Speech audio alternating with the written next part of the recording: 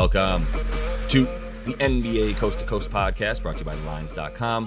Coming to you from the West Coast, Josh Lander, joined by my guy Nate Weitzer on the East Coast. And we are looking at player props here on a Thursday night for you guys. We have 4 games that we're choosing from here, as there's an early start in Paris today with that game between the Bulls and the Pistons. So we're looking at the other 4 matchups we have at our disposal this evening. Also have 2 game videos up for you, so make sure to like and subscribe to that page. Continue to follow along with us. Also could head to thelines.com. That's where you can get all the great content we're talking about there in written form, and use that odds finder tool where you can make sure you're getting the best odds available to you guys from these US sports books, giving you NBA player props this season. Nate, let's jump into your first one for tonight. I believe Mr. Curry. Yeah, and use the odds finder tool to see that it's minus 104 at FanDuel versus 120 at DraftKings for him to get 28 points. Getting juicy odds at plus 115 to get 5 threes as well. And with Curry, that's not really a high number necessarily. Look, we're taking the Steph in this game. We'd like to look at some Celtics, but Jaylen Brown is questionable or going to try to play through an abductor injury that was originally expected to keep him out another week or so. So there's a lot of unknown on the Celtics side, but with the Warriors, they're on extra rest here. They're coming off a game where Curry posted a 42% usage rate and scored 41 points in his 4th game back, kind of a tune-up, if you will, for a matchup that he has thrived in. The historic Celtics, of course, the finals rematch, we know what he did in the finals, but I'll remind you, 36 points per game on 32% usage, shot 53%, and hit 6.5 threes in the 3 games at Boston. In his last 2 regular season at Boston, 38% usage, 43% usage. You include 1 at home against Boston there. 38 points per game and attempting 47 threes in those 3 games, hitting half of them. So, I mean, and we still say they play pretty good defense on him, Marcus Smart and company, but Curry obviously defines logic. And I think in a big game like this, you expect him to show up. As long as it's close down the stretch, I have a hard time seeing him not getting his 28 or more. And probably Klay Thompson too at 22.5. And despite that, I still think the total's too high at 240, which is what we're saying in the game video. I think both these guys have a fine game, and Tatum might bounce back a little bit as well, but 240 is too high. Yeah, I mean, you read my mind. It might be a nice little same game parlay if you take both of those dudes overs and an under in this game. I might like that juice there.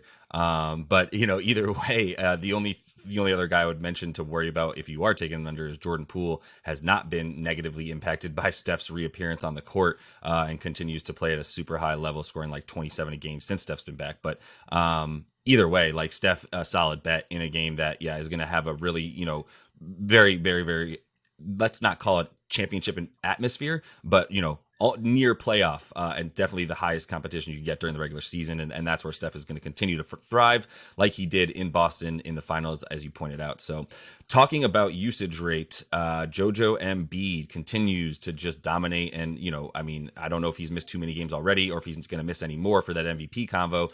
He's not really in it right now, but he's definitely trying. 32.5 points is his prop. I didn't really want to take anything else tonight. Nurkic does a great job of bodying big dudes as they're taking on the Blazers, so I don't really love talking about the rebounds with him, but you can get minus 120 on PointsBet. That was the best place I could find on the odds finder tool there for JoJo to get over 32 points in his last 10, 35 a game, 10 boards as well, and 3.5 assists. But that 41% usage rate is really what it's all about, and that's a direct result of Harden just sort of taking that more assist heavy and point guard role. Even when Tyrese Maxey has come back in the last roughly 7 games, that has not impacted JoJo's usage at all in the 32 minutes he's playing. Still shooting 55% from the field on 22 field goal attempts and 10 for 12 from the free throw line a game right now, which if you're going to get 10 points off the free throw line like he is, you've really got to feel even better about him getting 33. His last 2 versus Portland, he's averaging 36, only 7 boards. Like I said, a little bit less against Nurkic, as is often the case, unless you're Jokic and still get a triple-double last night versus him, or 2 nights ago. But 59% from the field for JoJo is against Portland. Portland his last two, and has made 17 of 20 in those two games combined from the free throw line. So Portland allowing the second most points to centers on the season, 24th in opponents' points in the paint at home, allowing about 53 of those a game, which is where JoJo's going to eat tonight. So despite I hate taking a 33-point prop that I would need to hit to get over, but like because I know that this is just going through Joel no matter what right now, especially on the road, the way he's been playing with his team, like I'm fine with 33 points against the Blazers. And yeah, I'm right there with you because I'm taking Dame Lillard over 31.5. And this reminds me of last week when we took a lot of props from OKC versus Philly, because the assumption is Philly can't guard anybody, but their pick and roll game is unstoppable on the other end. So we were looking at the 233 total for this game as an over. I still kind of like that, even though, but I kind of pivoted because I like the Suns to beat the Nets much, much more.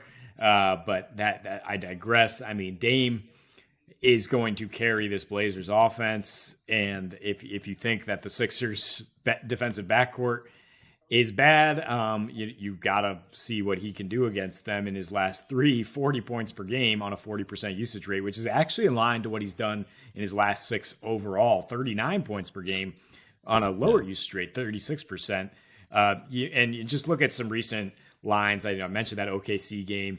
Shea goes for 37, 6, and 8. Russ Westbrook off the bench goes for 20, 14, and 11 against the Sixers backcourt. Jordan Clarkson goes for 38, 9, and 5. And those last two guys are not your typical superstars like Damian Lillard, who, again, is averaging about 40 in his last 6 and just trying to drag the Blazers out of this funk they're in. He does score 2 more points per game at home versus on the road, averaging 30 there.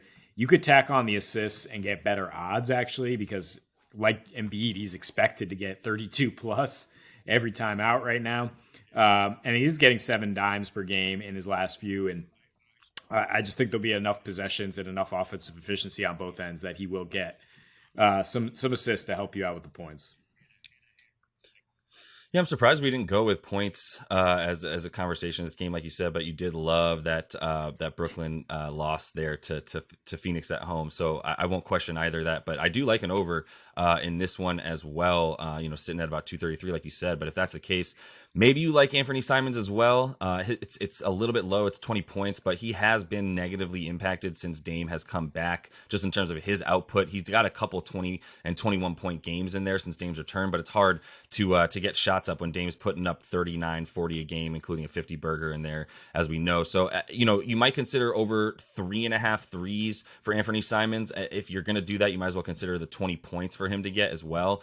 Just the way that Philly's backcourt is hemorrhaging points to opposing guards of any kind, including shooting guards. But the other one I would consider, and this is one that you have to monitor, is the Golden State and Boston in that game. Marcus Smart and what he might be able to pull off. He's already got his prop up at 11.5 points, Nate. And I would like to take that with or without Jaylen Brown, to be honest. But I would really, really, really like it if Jaylen Brown doesn't play. That's when Marcus Smart, obviously, he gets a bunch more shots a game. He and Malcolm Brogdon, we talk about it in the game video, both step up tremendously in those situations. So with Marcus, the fact that he scores about 6 more points a game when Jaylen Brown's not in there, and also gets about 10.5 assists a game when he's not in there. Right now, the assists are about 6.5 for him, with really bad odds. If you want to take it, you really got to get him at Marcus Smart at 7.5 assists to get a bet closer to like even money rather than about minus 150 on DraftKings for him to get 7. So just using that odds finder tool to make sure you're getting some actual juice back on Marcus Smart. I love the assists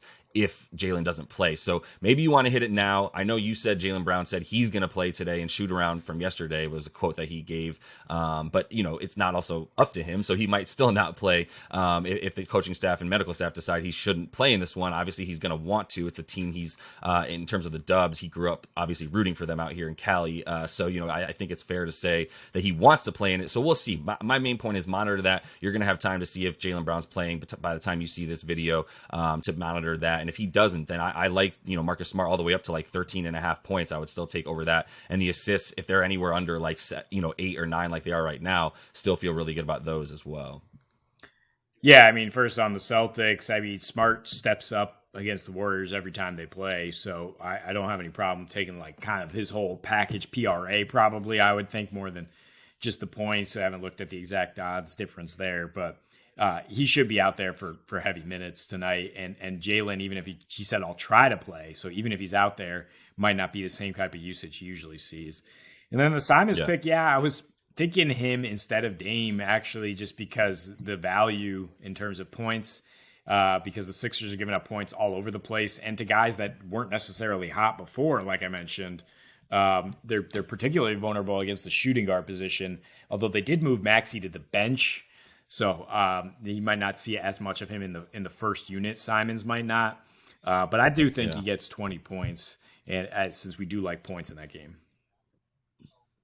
And that is all the time we have for you guys in this one. Make sure to like and subscribe to that page. We've also got a couple game videos on this little Thursday night slate for you. So until we see you next, happy betting.